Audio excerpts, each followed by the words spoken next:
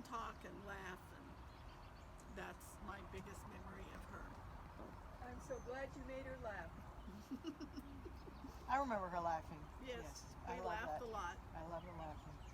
Well, my biggest memory is she had me come to the house so that she could give me a walking stick.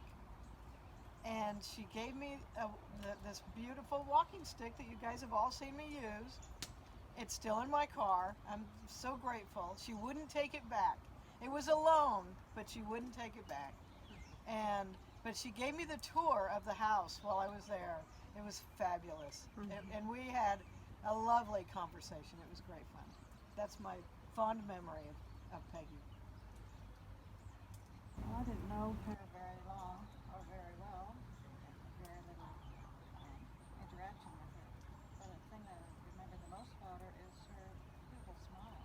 She really had an upbeat personality when I was around her.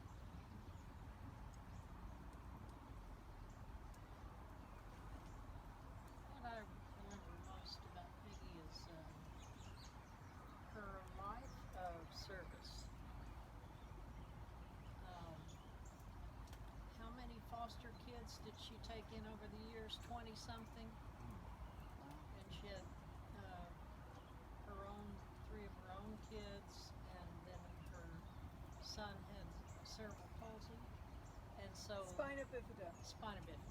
So, and so she tended to him, um, and he was, with her assistance and her encouragement, he became independent, a musician, um, and went far beyond anyone's expectations of, number one, how long he would live.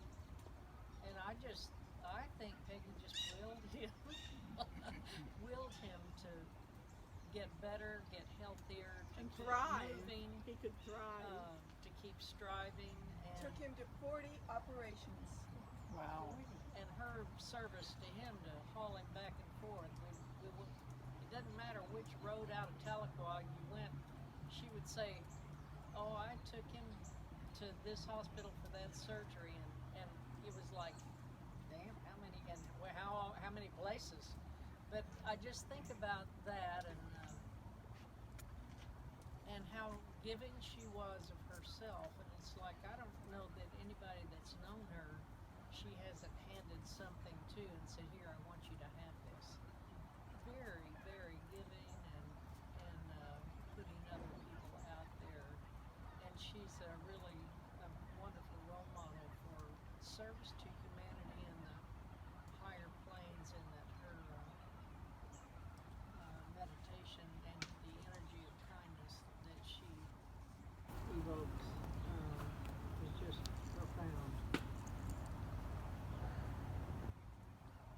Kristen, you're next.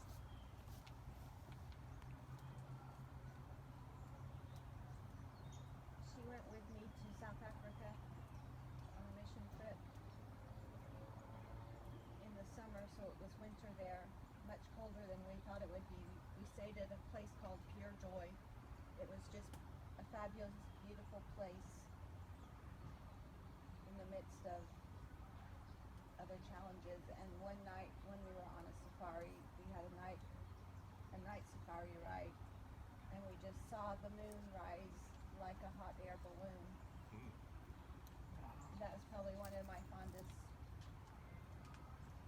the most beautiful thing I saw. And lots of conversations and laughter and prayers together.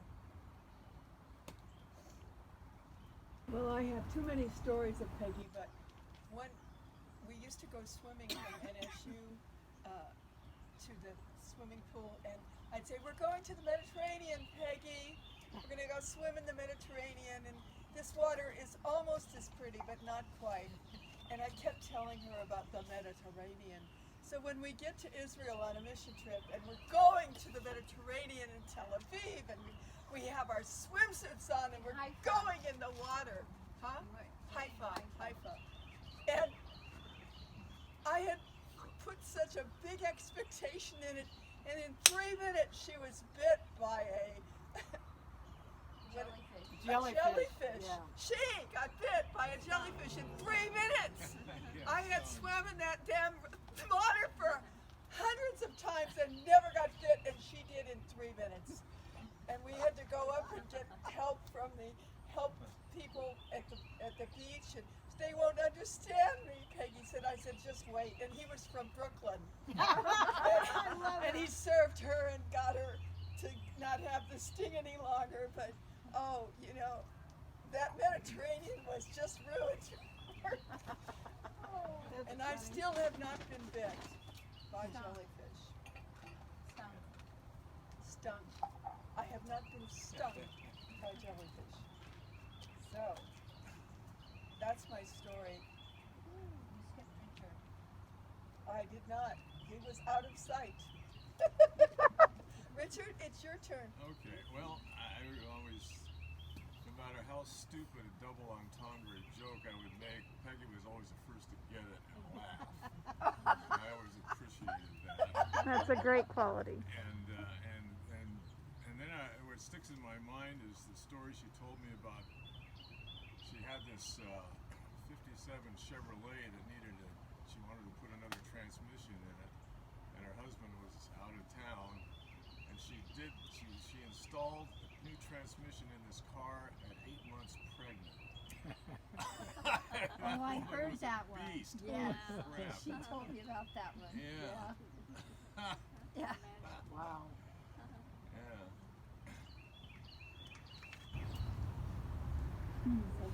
Karen. You know, it's interesting you mentioned that because I can't remember where we were going, but I was driving.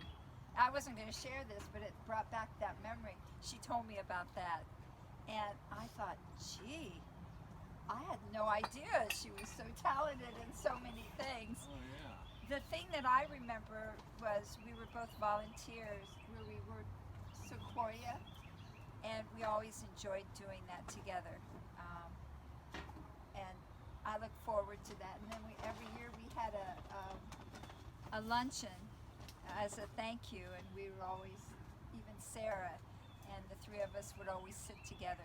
But the memory that was probably the most recent and most precious was on her birthday this year.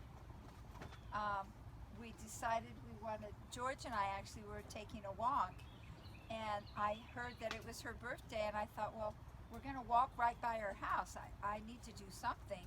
It's her birthday. And I thought, well, gee, and this was like 10 o'clock at night or something. So I thought, what can I do? So I started looking around, and I thought I just want to do a gift. I wanted to do something, you know me, something unique or funny. And so I decided, well, I'm from Hawaii. I'll make a lei.